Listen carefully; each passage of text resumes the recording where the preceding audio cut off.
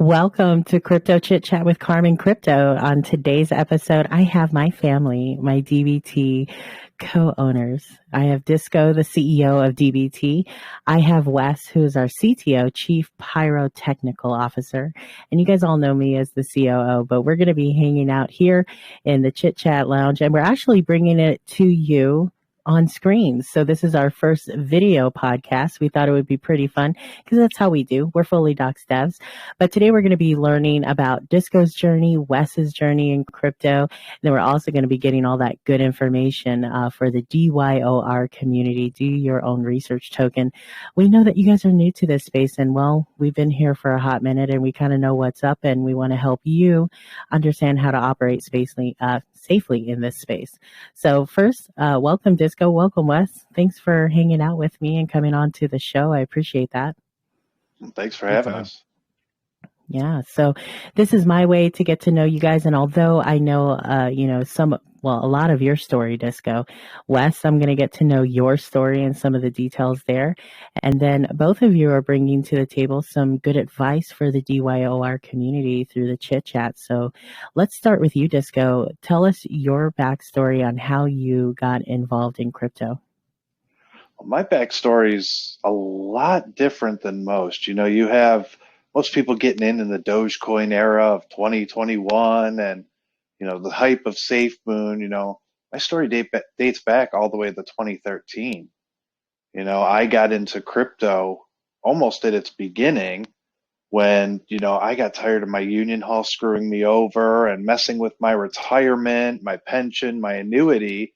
And I don't like banks. I still to this day don't like banks. So crypto was that alternative that I found where I felt I could just store my life savings there. And when I go to retire, it's there. It's grown more than your average interest rate of a bank account. And yeah, that's pretty much the beginnings of me, just a construction worker from Pittsburgh who just happened to get lucky and get in early. So I know that story. I've heard that story a lot. And if you've been in the DBT community since day one, you know this story too. But tell me, what was your first cryptocurrency token that you bought, and how did you buy it back then? Because I know the technology was different. So what made you brave enough to take the first step? Well, and it was such small amounts at first too, And you put like $30 in the first time and then 40 the next. And I mean, back then it was so sketchy. You had to store everything off of the blockchain. You're going on these unsecure websites that are symbols. And I mean, it was just nuts. I mean, I didn't know that you had to, talking to Diamond Dallas Crypto, he was telling me that he had to pay for his Bitcoin with a money order. And that blew my mind. So, for me, my experience was, let's make a Coinbase account, right? So I'm using technology. I have it in my hands. Yeah. I'm using a mobile. And I know that experience must have been so different for you. And so for, comparative, for me, I'm just like, I'm just downloading another app. I'm logging in. I'm used to creating passwords. But for you, what did it take to go, okay, I'm going to figure out this Bitcoin thing? Was Bitcoin your first purchase? It was, yes. Okay. It was. So I'm going to figure out this Bitcoin thing. And where did you have to go to find out how to get in? Oh, countless nights. It probably took me about 3 weeks of researching before I was able to fully buy my first amount of Bitcoin. And you couldn't find it. We didn't have YouTube like we do. We didn't have Reddit like we do. Like, you're just going and you end up on like page 200 of a Google search and you finally find a method that worked. So when you first got into crypto, did you have the same passion and excitement that some of us feel today, and immediately go and try to convince a friend or a family member, oh my God, you got to do this with me? Did you have that experience where you wanted to involve the people that you care about into it? Not at first, not until really you started seeing centralized exchanges popping up, because for me, even right now, I have friends that, get in the DBT, get in the Dior, and they're like, what do I do? I'm like, it's so easy compared to what it was, 8-9 years ago. It's like, we didn't have the on ramps and off ramps back then. You were buying a digital currency, not knowing if you'd ever be able to cash it out. I mean, it was all speculation at the time. And it's like, all right, well, everybody's just talking so badly about it. There's got to be something to it. It's got to be scaring somebody. And I'm like, you know what? I'll put away savings and savings and savings. And, it was a gamble. That's any investment's a gamble. So nowadays when we buy our token, we always kind of have a mindset of like, what's the potential of that token? So back when you bought BTC, I've heard that you kind of have a DCA of $75 per Bitcoin, which is crazy and mind blowing, right? But when you bought it, what were your expectations of the potential? I guess my expectations with inflation, with everything going on, my expectations was by the time I was able to retire at 60, that, this $75 token might be worth $1,000 each. And I could, right now I'm sitting over 240. I was over 250 at one point. And I'm like, at 65, 250,000 plus whatever's left of my pension and annuity, that should be plenty. Just comfortable middle-class life. And that was my whole thought process, put away, 20, 30, 40 bucks a week in the crypto and, maybe have $250,000 the day you retire. Well, I think you're going to, you're definitely surprised at the outcome, and there's still a wild potential there, right? For more. 100%. You're being heavily rewarded for being a first adopter. That's exactly. Sure. And even nowadays, when you hear that, what do you think? Wes, when you hear the amount that he paid for BTC, I mean, oh man, it hurts. I feel so late, but honestly, we're still so early. But yeah, $75 per Bitcoin. That's a nice number. It is true. I remember, I actually got my start. Most people know I work in IT, information technology. And my first crypto experience was one of my clients actually got a computer virus, a ransomware, and all of their files were encrypted. They had no backups. They came to us for help. And to decrypt their files, you had to pay the hackers in Bitcoin.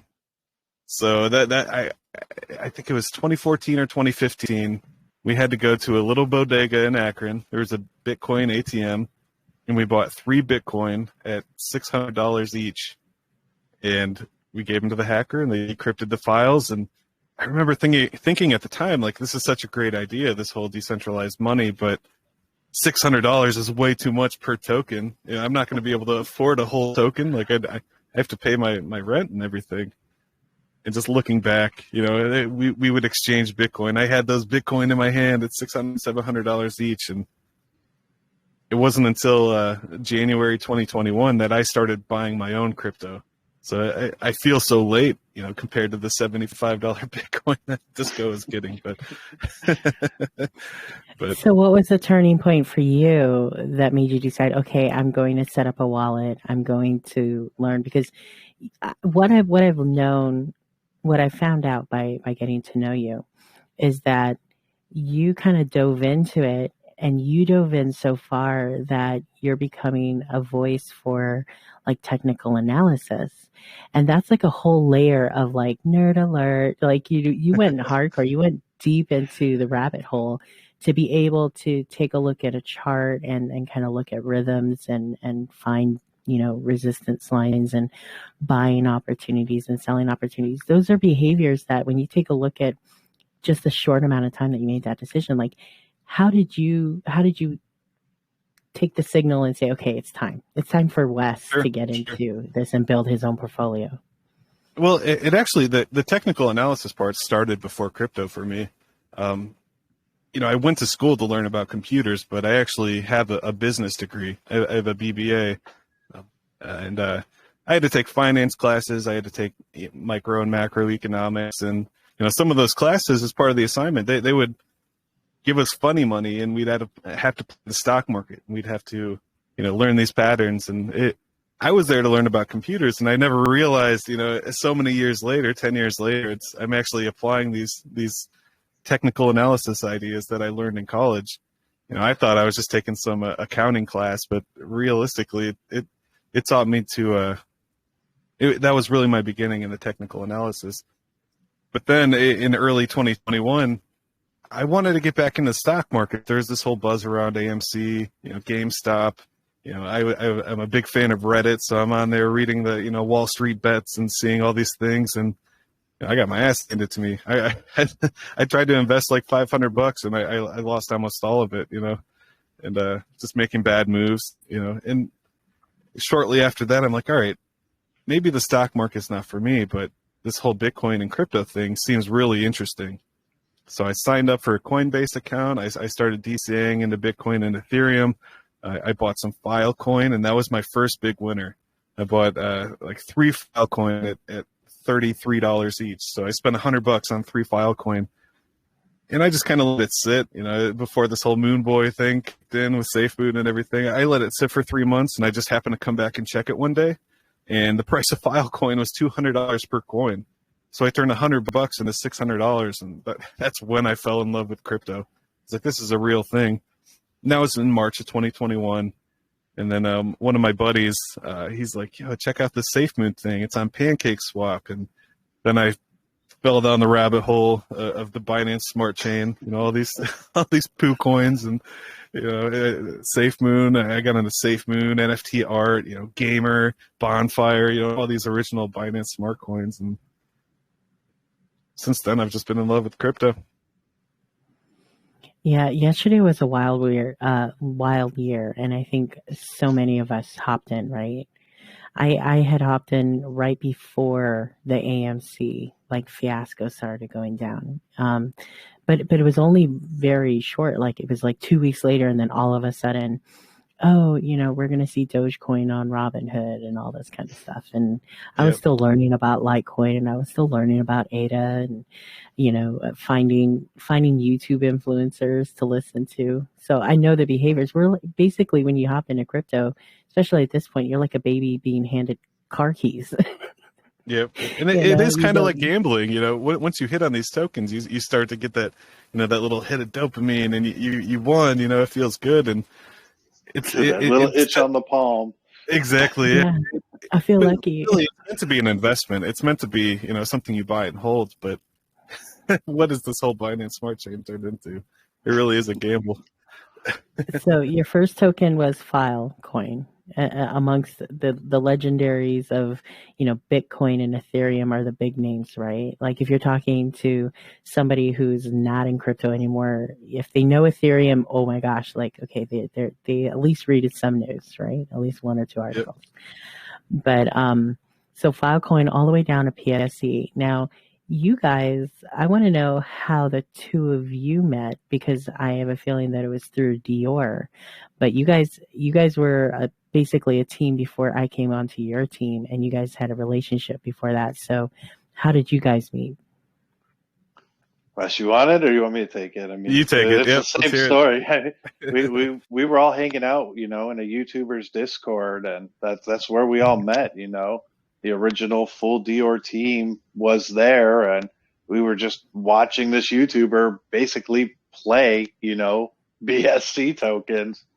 We watched our first rug live on air, our first honeypot live on air, and we all got together, and we're just like, well, I wasn't in the conversation, but the story was, let's get together and make our own coin that's safe.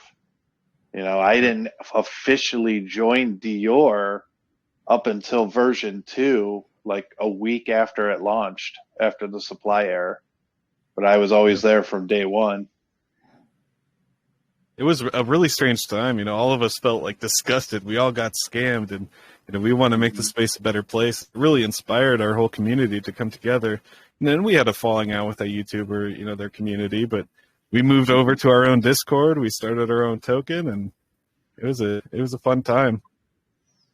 way And before now the rest Telegram. is It's crazy history. to think how we lived on Discord for such a long time. Now it's all Mhm. Telegram. But oh yeah, I remember. I wasn't sure about Disco at first. I'm like, what? So you're a whale? Like you own a bunch of the token? I'm not sure about this guy. But then we started, reaching out to other people, other tokens, other projects, and the whole eCoin debacle. That was like I feel like that was when we really connected. Like they were playing us, and we both saw it. And it was like, all right, we're on the same page. These guys are scammers. Let's make this space a better place. That was really when it began. Now, the both of you are in Ohio, and that just so happens to be, you guys are finding each other in the ether of the internet, and yet you guys live in the same state. I've even found that in the DBT community, and especially like our modern admins, tons of people come from Ohio. So what are they feeding you to make you guys like crypto enthusiasts? Is there something about Well, Ohio that's very convenient for crypto mindsets? no, because I'm not even from Ohio. I just moved here because it was cheaper. Maybe that's what it is. It's the cost of living is cheaper in Ohio, so you can invest more in crypto.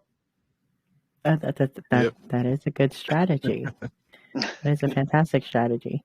I mean, one day I'll convince you guys to leave the snow and come to like warmer weather, but Vegas living is good too.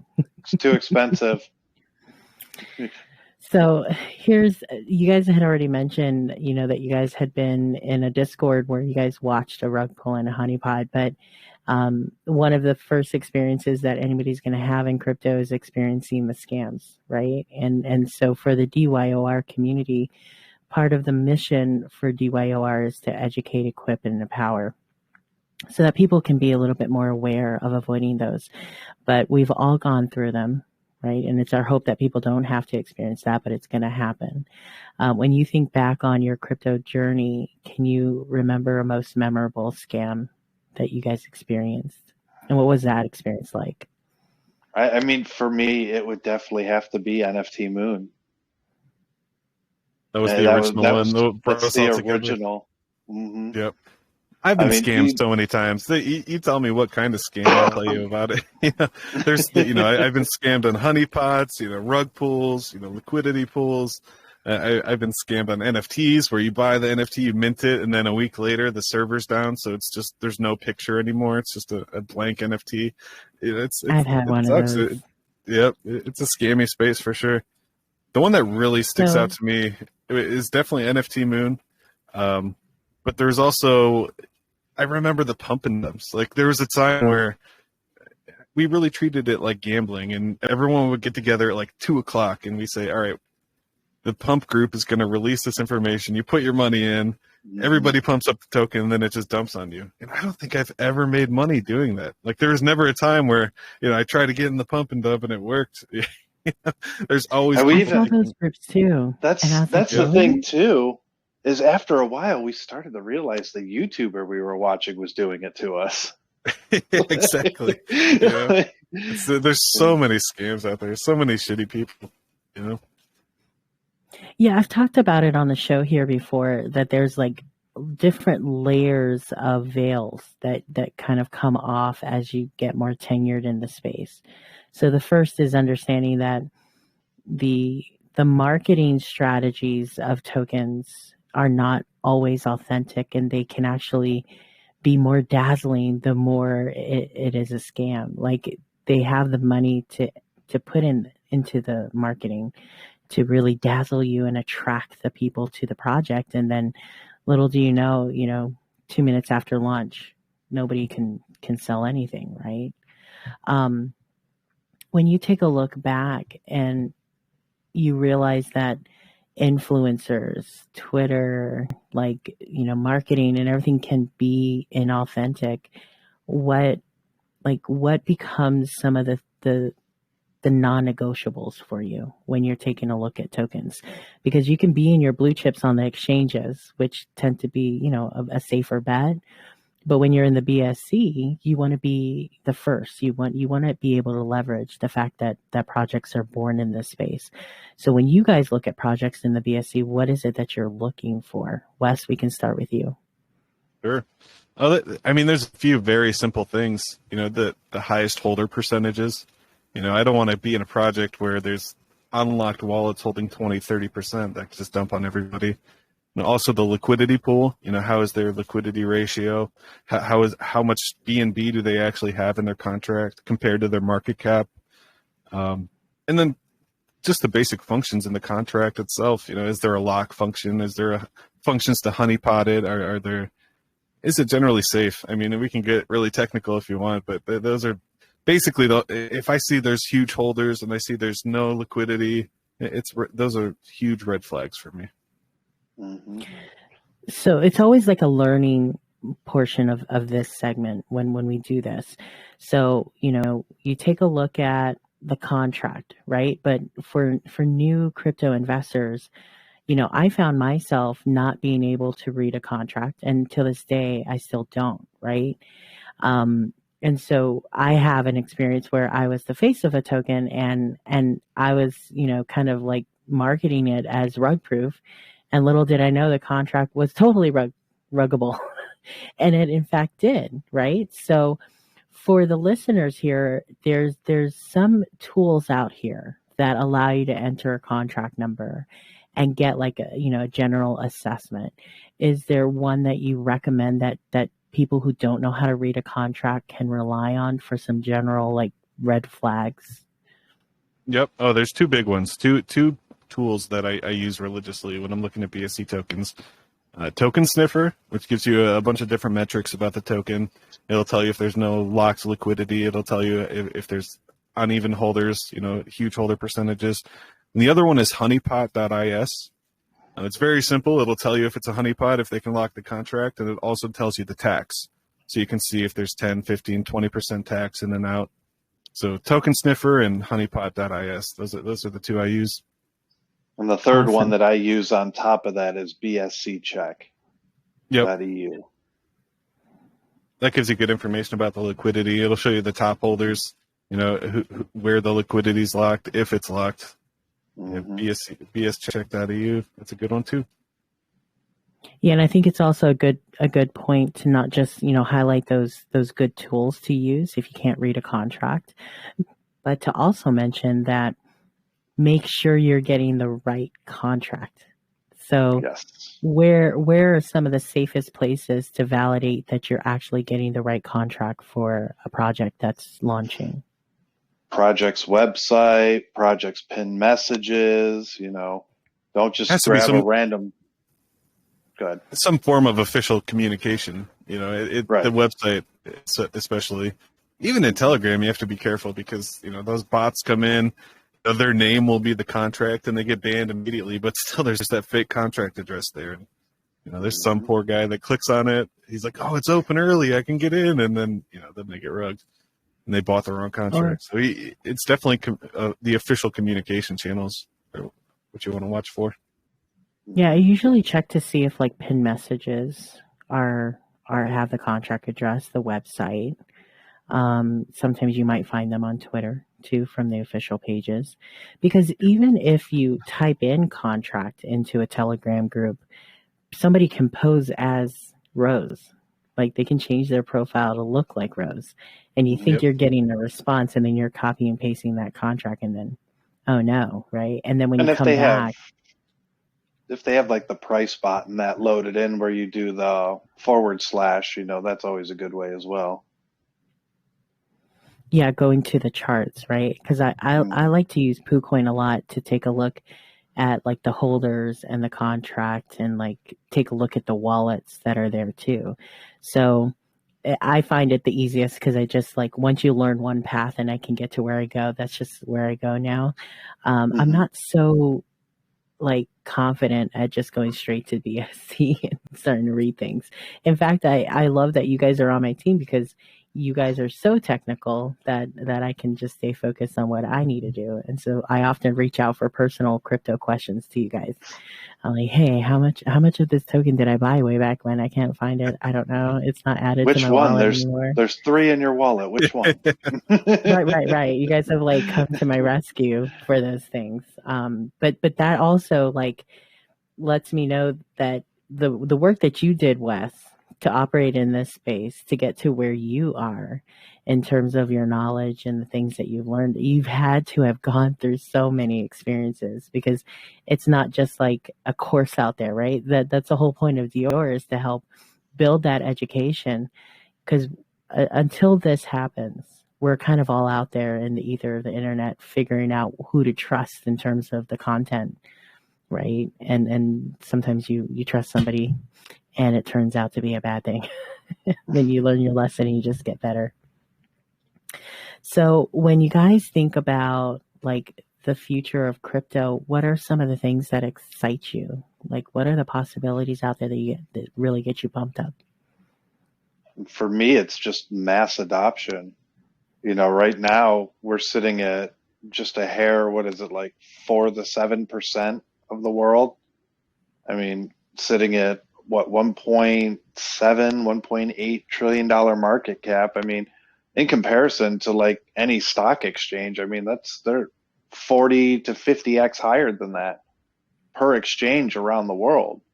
I mean, when you talk about crypto and like, oh, I miss Bitcoin, I miss this, we're still in the infancy stage.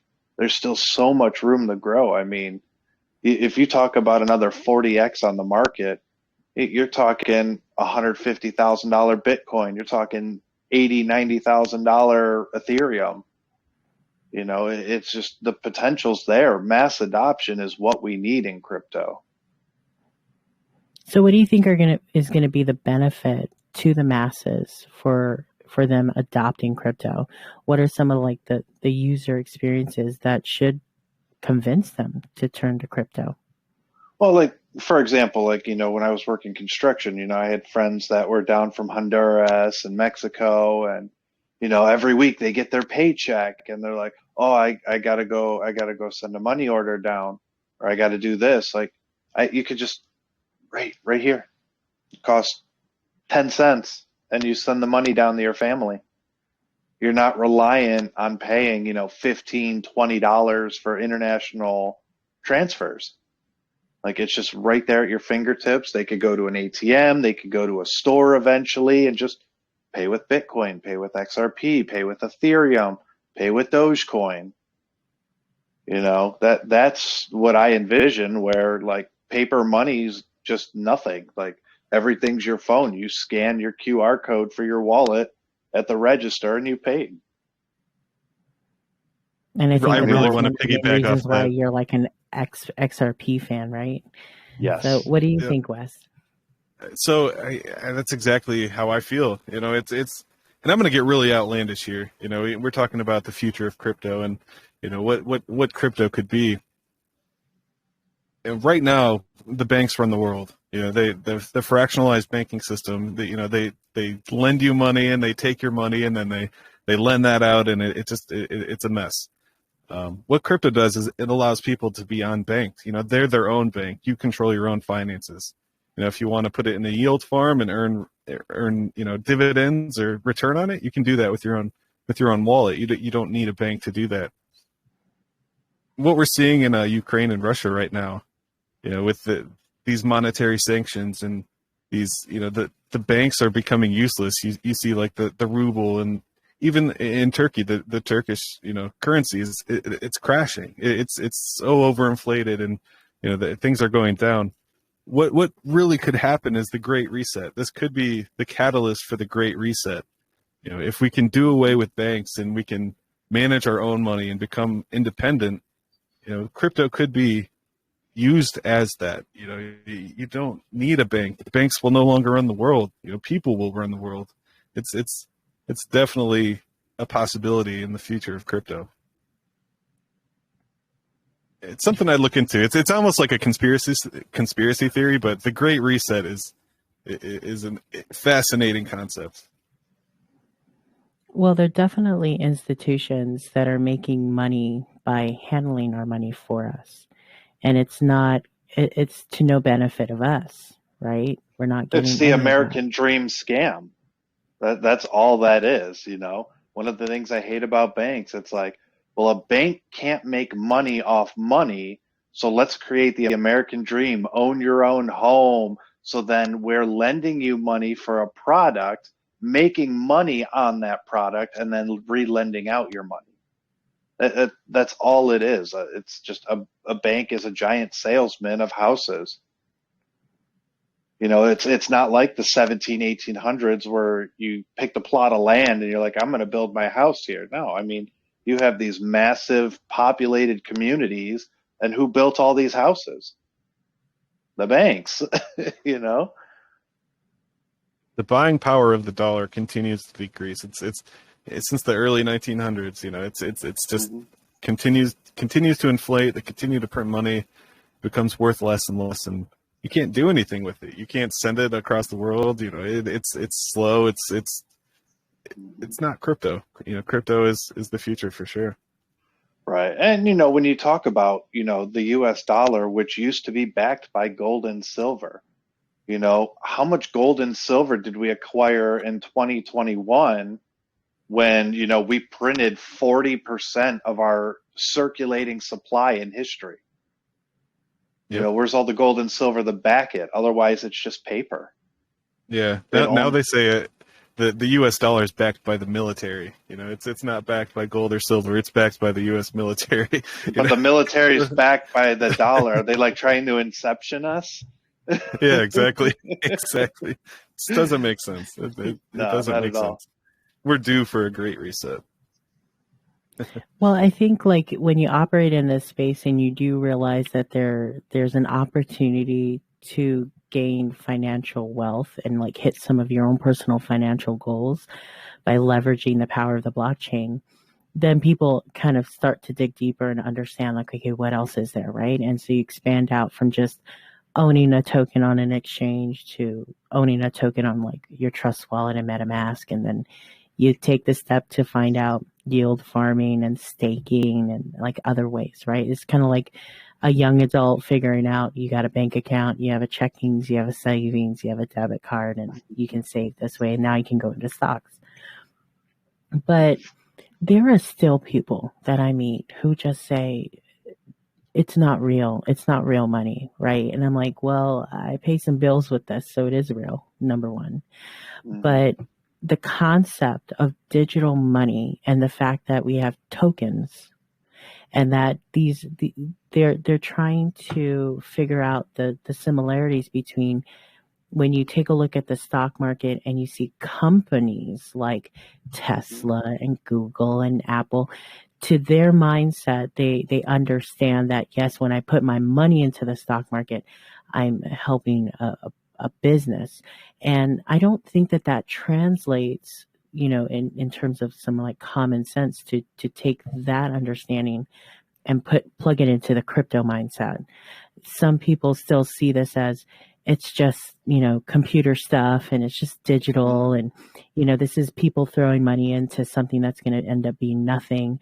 And especially if you take a look at the track record, they're holding standards of a stock market that's been there for decades and decades and decades, right? Versus the small amount of time that crypto's been in place, and it's a different space because we're still growing.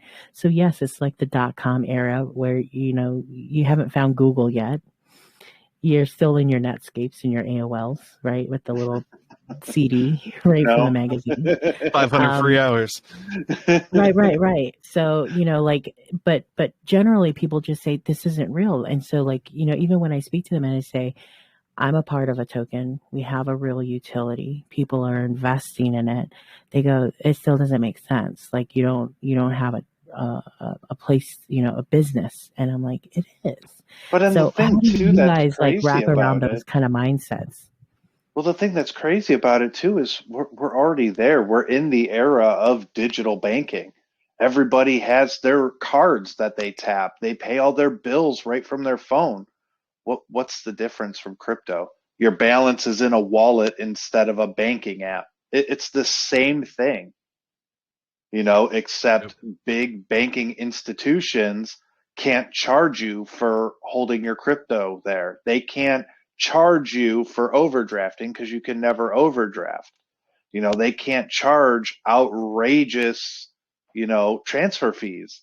Like, oh, you want to transfer to the UK.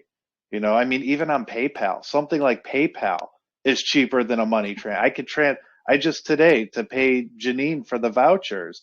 It's like, oh, I'm going to send her $200 USD to Australia. Even through PayPal, it only cost me $5. You know, if I was to get a money order or Western Union and send it the old fashioned way from the US to Australia, you're probably talking $30 for international transfer. For me to just send out, I mean, it's like an Ethereum gas fee at that point. And there's so many different use cases. You know, there's decentralized finance, there's play to earn gaming, there's, you know, XP and XLM to send money. You know, it really is a replacement for the banks. It's amazing. It has more use case than a bank. That's the best part. A bank has one job, is to loan you money and make money off of the money. You know, crypto, you can be like Dior, where we're going to have an educational platform. Like Wes said, you can have your money transferring cryptos. I mean, the potential's limitless. As the blockchain evolves, as the code evolves, as the fees get cheaper and cheaper, the potential to grow is just phenomenal. Banks have been doing the same thing. There's a big learning curve. There's a big learning curve to try and understand how cryptocurrency is organized as a system, right? Because some of the things that people have experienced in their, you know, outside of crypto life is, okay, they understand the term currency, and in their mind, they say, okay, that's the difference between the US dollar and like the Japanese yen, right? So they think of it like, oh, different countries have different currencies, and like, you know, so $1 equals X amount of this, and that's how you trade back and forth and stuff. And then there's also the stocks, this portion, right, where you're investing into something that's going to grow, and as that grows, your investment grows, right? But cryptocurrency kind of has all of that in place, right? Kind of like these payment systems, plus these projects that use the power of the blockchain to gain investors in order to propel the project forward to have a true utility and accomplish a mission. And somebody coming in, you know, they're just looking at wallets, and they're like, which tokens is going to make me money, right? So there comes a point where, you know, we've said it before, that projects and leadership in a project kind of has a dual responsibility to not just run their project, but to also educate investors on what cryptocurrency is. Because like I said, we're a baby given keys to the car, and in the end, we don't quite know how to drive yet, right? We don't know how to pump the brakes when it's necessary and push the gas when we need to. So what do you think? You know, you guys as a team, we're so involved in DYOR and for DBT. When you think about the future of crypto, how do you see these two projects really contributing to that future vision that you have? Well, I mean, going on the Dior side, you know, as the crypto blockchains and everything evolve, you know, we want to continue to produce the education to get people the know on like what to do, what to invest in, what to look for. And at DBT, I mean, you can't just stop having fun. I mean, buying and burning any crypto, I mean, that's all it's about, you know, celebrating these safe vetted projects. You know, it's our way of giving back to crypto. It really is the mullet. It's the party in the business in the front, party in the back. And people need the educational materials. They need. We have to help with crypto onboarding, and that's going to be the most important thing, is getting people that don't necessarily understand it to learn about it, and they have to want to learn about it. We have to make it fun, and you know, DBT. You know, we have these AMAs, and we introduce these safe vetted projects every month and every week now. It's really exciting. We're just trying to promote the space and make sure people stay safe and make a little money, and it's all about investing. Right. DeFi is the future. I mean, I was going to say, DeFi really is the future. I mean, Ethereum changed the game. You know, why would anyone ever use a bank? You know, once you learn about Ethereum and DeFi in general, you know, all these new chains with decentralized finance, you know, you can get returns on stable coins that no bank could compete with. You're lucky to get 1% at a bank, where you use a service to put some stable coins in. You might be earning 6, 7, 8, 10, 20% returns on dollars. It's not even crypto. It's not even volatile. It's stable coins. That's something that the government's really coming after. And in terms of DYOR and DBT, we have to teach people this stuff. It's such a great idea. There's so much use case there, but people just don't know about it.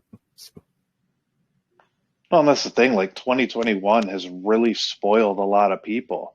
You have all these people who are like, win Moon, win 100X, win Lambo. I mean, hell, we had a scam token called Lambo that Dior airdropped on July 4th. That's like, that mentality of, gamifying crypto, like, oh, I'm going to turn $10 into $1 million next week and quit my job. It's like, I mean, I've been at this for going on 9 years and I didn't quit until about a year and a half ago.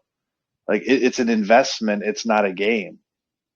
It's no different than like getting into crypto is the equivalent of getting into Google or Amazon back on like day one when Jeff Bezos is selling books out of his garage, or Google was just like a plug-in. What do you think will cause those behaviors to die? Like with projects that are just built for a short amount of time to pump and then to dump. What will ever stop that? It's really getting out of that fiat mindset. People really only think in terms of fiat and dollars. They want to make a quick buck, get in and out, and jump in and out. But that's not what crypto is. I mean, it's its own thing. You don't want to jump out to U.S. dollars. You want to jump into Bitcoin. You want to hold that. You want to use it. These use cases are real life things. You can actually use your crypto to become wealthy and to do nice things with it. But when you have that fiat mindset, I'm going to throw $100 in. I'm going to cash out when I get to $500, and that's my quick come up. And you think it's always going to happen, and that's not what crypto's about. And that's exactly what the scammers take advantage of. In crypto, FOMO is like the crack of drugs. Like you're just so addicted to it. Like, oh, it's mooning. Scammers take advantage of that. Like, oh, this project's 10x. Wait, why can't I sell? It's mooning, guys. Yep. Yeah. But like, what does it do? It has to have a use case. It has to educate people, or introduce new projects to people, or be DeFi or NFTs or gaming. These are actual use cases, but there's such a bad rap. People just want to jump in and jump out and pump and dump, and that's not what it's about. So you guys, by knowing the DYOR team before becoming a part of the project and now being a part of DBT, I learned a whole lot from you guys, like especially from like Tom's rug ruined and wrecked, and behaviors that I should hold to protect myself in this space from losing money by a mistake or an accident or a bad decision and a bad move. Like when you guys take a look at trying to explain that things should have a utility, what do you say to people who are like, why is that picture of a rock worth $1 million for like NFTs and stuff? It's like not. I mean, to me, like, I think I've uncovered the scam of all these expensive NFTs. And, it's just like, say I was to take 2,000 of my Ethereum and I mint an NFT with that. And then I buy it off myself with another wallet. Well, now it's got a purchase history that says, this NFT of, I don't know, a Logitech mouse says it's worth 2,000 Ethereum. Now I'm going to discount it to 250 Ethereum. Somebody comes along and sees, oh, the purchase history. Look, somebody bought this for 2,000. I'm going to buy it for 250 and I'm going to flip it for 300. Well, guess what? The guy that minted it now has 2250 Ethereum, and you're stuck with a picture of a mouse. Just to counter that, I do think there are use cases for NFTs. Like, at the Super Bowl this year, everyone that showed up to the Super Bowl got a commemorative NFT, and people can buy and trade that, and it's kind of like a memory thing. But there's also proof of ownership, or you can use an NFT to say, hey, I'm in this club, I'm allowed to enter this area. It's kind of like a shows that you own something. But right, what NFTs are becoming right now, these JPEGs, these little GIFs and stuff, it's not what it's meant to be.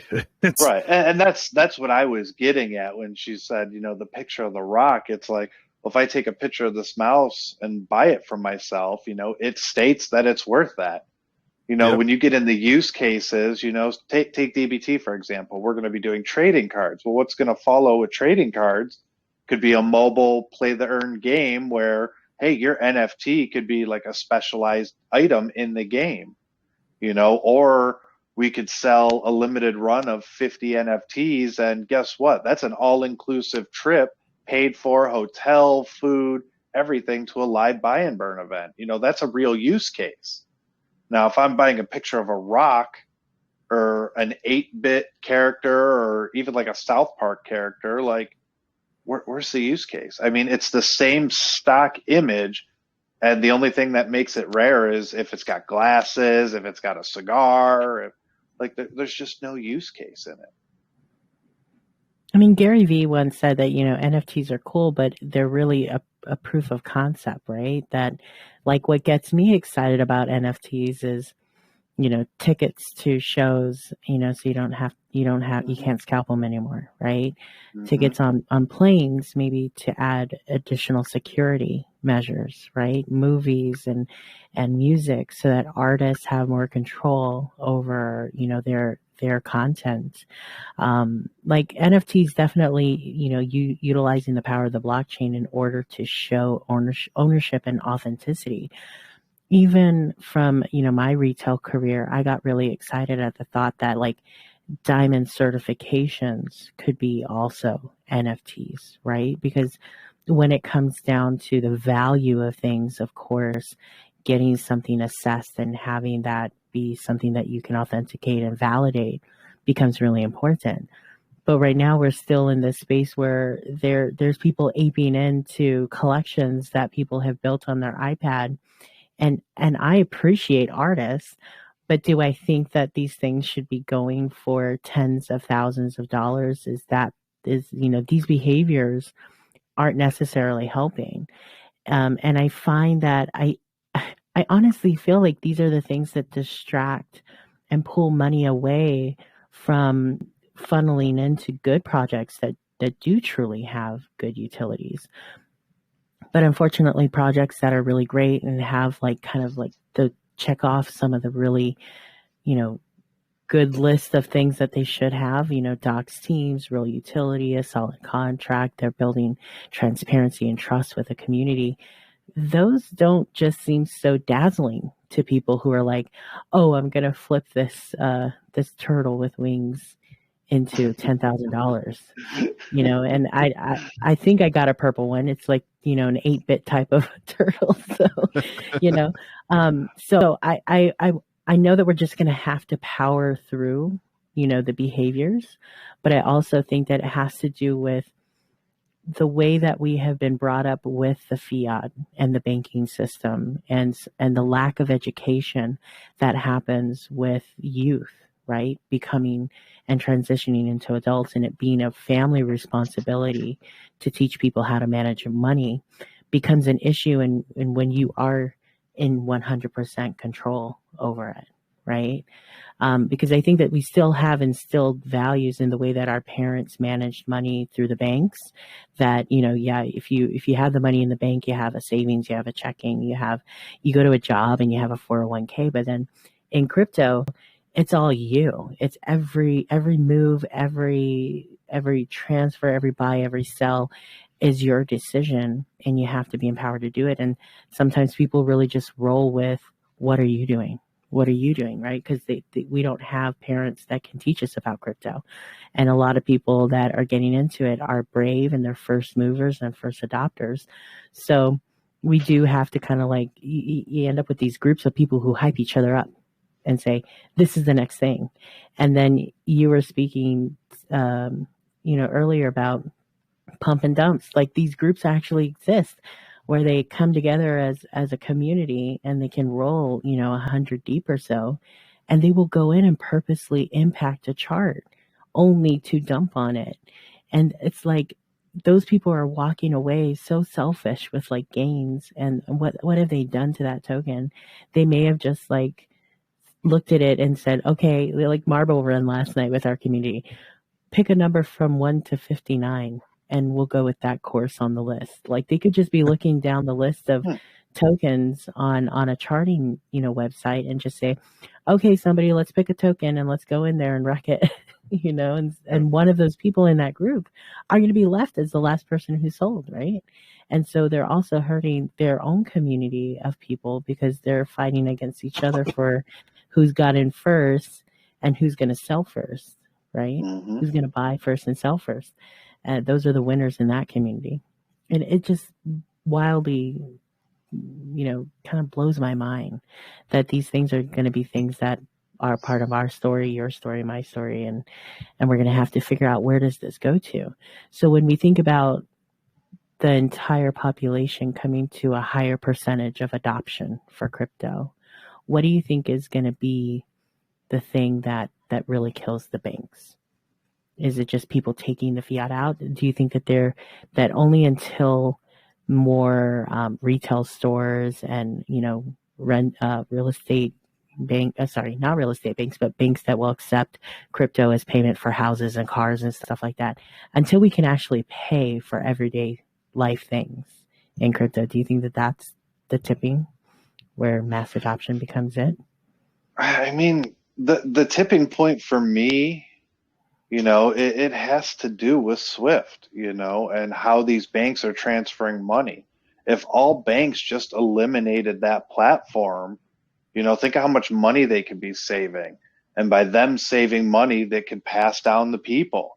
I mean, crypto, it won't be an all or nothing thing. You're always going to need a currency around the world. It's not all going to be, you have the US trying to make their own cryptocurrency, and really it's just like to track for the IRS. But I just can't see something that's been around so long just up and dying. They would be forced to evolve. That makes sense. What do you think, Wes? Yeah, I agree. I mean, we see it today. It's happening now, with these stable coins and these returns. Why would you use a bank? Like I said, I mean, and that's exactly what the government's targeting. That's how you end up with these SEC, coming after Terra Luna, coming after XRP. They feel threatened by crypto. They don't want you banking yourself because they're losing money. It really is that big change. That depends on the people. Once people understand that the banks are only hurting them and they can use crypto to benefit themselves and be their own bank, that's when the big change will happen. Mm-hmm. The Great Reset. Right. So what's the future of DBT? What do you guys think? Buy and burn Bitcoin, buy and burn Ethereum, buy and burn everything on every network, giving back to the people in crypto, right? No, that's all. Like DBT it's a legacy token, it's not about the money for me. Is it about making money for you guys and all the investors? Absolutely. For me, this is just my way of wanting to give back to crypto. If it wasn't for crypto, at 35 years old, I wouldn't be retired. I'd still be working at a steel mill or removing asbestos and killing myself till I'm 70, or potentially die on the job and never see my family. I have everything to thank. Crypto is everything to me at this point. It's allowed me to do the things I want to do. It's allowed me to retire, buy property.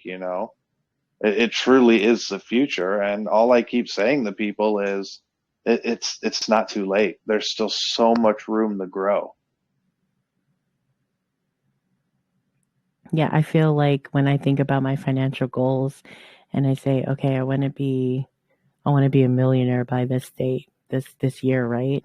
If I had said it in real life, like I want to be a millionaire with the dollar and not be in crypto, I don't think my brain would be able to compute how to actually accomplish that. But because I'm learning so much in the crypto space, and it's been validated that these things actually do give you returns, that there are great opportunities, and you can still do it with integrity when you have the right checklist, right? And you find the right projects and you hold people accountable, that you can still find the gains with integrity without being malicious and toxic and scamming people.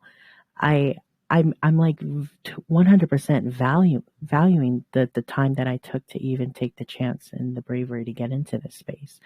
And it's something that like is so passionate to me to try and get as many people as possible. But I know that the foundation has to be there, right? So being a part of these two projects with Dior, it is truly a race to who can provide the content and who can provide the curriculum. But it's not going to be a one all, solution. There's not just going to be one. When we take a look at general education and traditional education, when I go to college and I'm deciding on a college, there's so many options of where I can get that degree.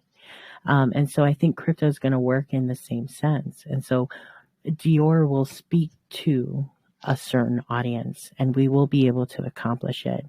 But what would be greater is if we do it so well that it becomes one of the leaders of that industry to do that.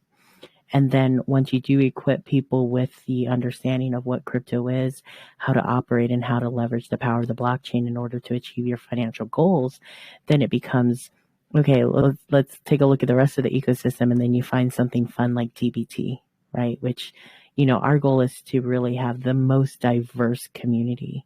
And it's not just going to be behind one token, but it's going to be built to be able to tolerate learning and being open to exposure for different projects, right? To be able to welcome that. So I see for the future of DBT, right now we're really just testing the concept and making sure that the procedures and the operations can work and that the blockchain and how we're going to leverage it is going to work.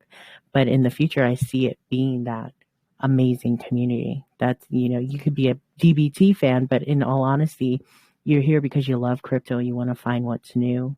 You want to celebrate the big winners in the space. You want to have pride. You want to have a culture in each of the communities. And I think that might be the difference between, not being in DBT and being in DBT is right now we use tools and we have contract scanners and then we can try and vet and dox developers to find out if they're real people with real skill sets and a background and a history and whatever they're trying to do. But DBT lets you know what kind of culture are they building. It's kind of like picking a job, right? You want to work, the pay might be right, the place might be right, but am I going to be happy there? And so for us, we just want to create that safe space where people can have fun in crypto and have a positive experience. So I'm excited that you guys brought me onto the team and then I'm a part of a pretty cool concept and moving that forward. And now we have CryptoChitChat where we can talk to leaders like you who have all this experience and expose the DYOR community to some of this good information. Any last words from you guys? Shout outs to the DYOR team or community. I guess my biggest thing is, get out of the mindset that you're going to become a millionaire overnight. Don't trade with emotion, treat it as an investment. Exactly right. Do all you can to learn. I mean, there's so much information out there. You just have to find it and absorb it.